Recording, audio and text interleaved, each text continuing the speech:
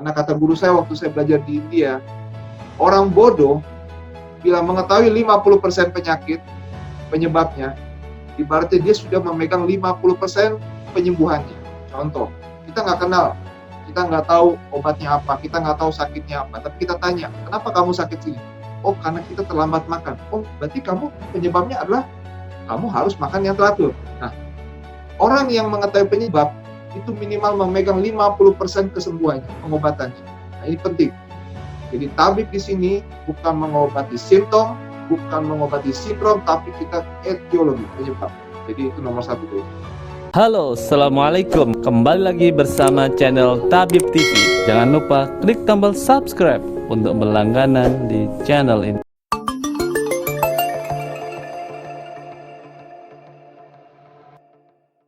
Assalamualaikum warahmatullahi wabarakatuh. Selamat siang semua pada peserta. Jadi di sini saya ingin memperkenalkan tentang tabib ya. Jadi tabib ini sebenarnya adalah ilmu pengobatan yang dibawa dari Timur Tengah, tapi bukan hanya Timur Tengah, karena Timur Tengah itu berhubungan dengan Yunani juga. Jadi dari Yunani, Timur Tengah, lari ke India, lari ke Indonesia, dan tabib itu ada sejarah di Ikatan Dokter Indonesia tahun 1958 oleh Dr. Rosidin itu bahwa ada namanya pertabib. Jadi sebelum sekarang dulu ada. Jadi itu sebenarnya adalah dokter-dokter ya yang mempunyai skill anatomi fisiologi zaman penjajahan Belanda, terus dia dicampur dengan pengobatan-pengobatan dari India, ada tibu nabawi, ada ayurveda, ada akupuntur dan banyak hal yang tersebar di Indonesia, Nusantara, dan juga tersebar di Malaysia dan juga di Singapura dan di Brunei. Kebetulan saya juga punya izin praktek di Malaysia, jadi saya sudah menjelajahi ternyata tabib ini bukan hanya Indonesia, jadi negara-negara tetangga pun mengenal. Dan di dalam ilmu ketabiban ini kita punya dasar body knowledge-nya adalah dari Yunani medicine. Yunani medicine itu dikembangkan oleh Hippocrates, Hippocrates baru dikembangkan oleh Galen yang berasal dari Turki pada sekarang, dan akhirnya dia berkembang ke dunia Islam di Irak karena ada Dr. Rosid juga di sana dan dia berkembang masuk ke dunia Islam. Tetapi di sini bukan hanya komunitas Islam saya yang sudah belajar, tapi di luar pun mereka mempelajari. Makanya di Yunani medicine ada di Eropa, ada di Amerika dan lain-lain. Tetapi di sekolah tabib kita tidak hanya mengajari Yunani medicine, tapi kita belajar akupuntur juga, Shinsei juga, obat jamu Indonesia, dan juga manual terapi. Manual terapi apa? Banyak ya, kita bisa tahu ada osteopati, chiropractor ya, terus ya banyak hal lah ya yang ada di sini. Jadi kita tidak mengotakkan ilmu. Jadi dalam ilmu tabib tidak mengotakkan ilmu. Semua ilmu itu kepunyaan Allah ya. Jadi tidak mengotakkan, cuma yang sesuai dengan syariat kita ambil, kalau enggak kita buang. Tapi intinya kita di sini akan mempelajari banyak hal dari filosofi karena kita kuat di filosofi ya.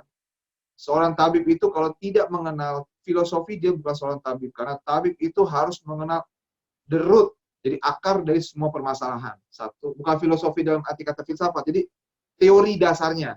Kalau kita bilang teori dasar, jadi pemikiran ya, pemikiran, teori dasar pemikiran.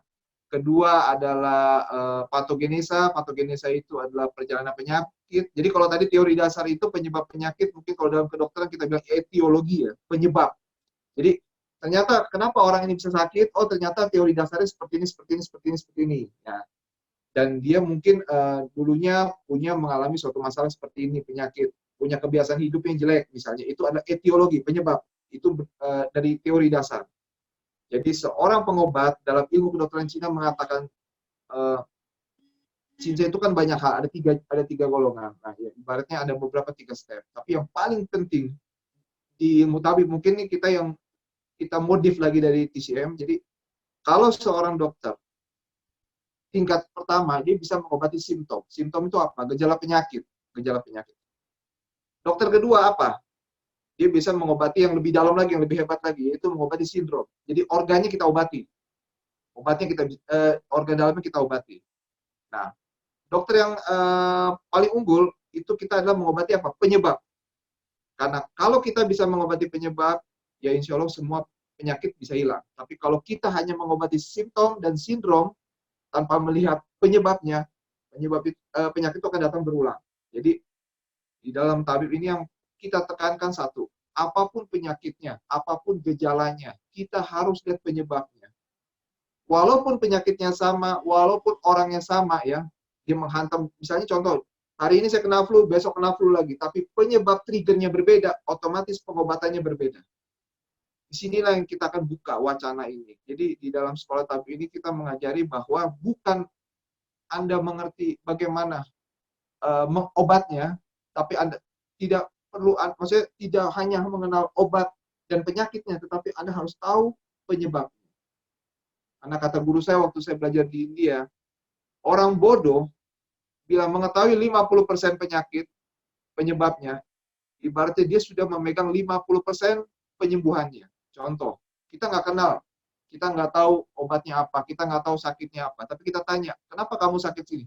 Oh, karena kita terlambat makan. Oh, berarti kamu penyebabnya adalah kamu harus makan yang teratur. Nah, orang yang mengetahui penyebab, itu minimal memegang 50% kesembuhannya, pengobatannya. Nah, ini penting. Jadi tabib di sini bukan mengobati simptom, bukan mengobati sindrom, tapi kita etiologi, penyebab. Jadi itu nomor satu dari situ. Dan nanti kita akan silakan bertanya, dari penyakit boleh, dari teknik boleh, cara berpikir ya. Kita tidak berpikir filsafat, tapi cara berpikir. Karena murid saya di sini bukan saya nilai dari bagaimana kamu sembuh. Dia bisa sembuh orang itu, tapi dia nggak tahu jalan ceritanya bagaimana. Itu percuma. Mungkin dia kebetulan. Tetapi kalau dia tahu cara pengobatannya, berarti dia tahu apa yang dia tuju. Nah, ini penting sekali. Karena bila kita mengobati, kita nggak tahu apa yang kita obati, itu nggak mungkin kita bisa menyembuhkan orang itu. Dan apalagi kalau kita tidak tahu penyebabnya.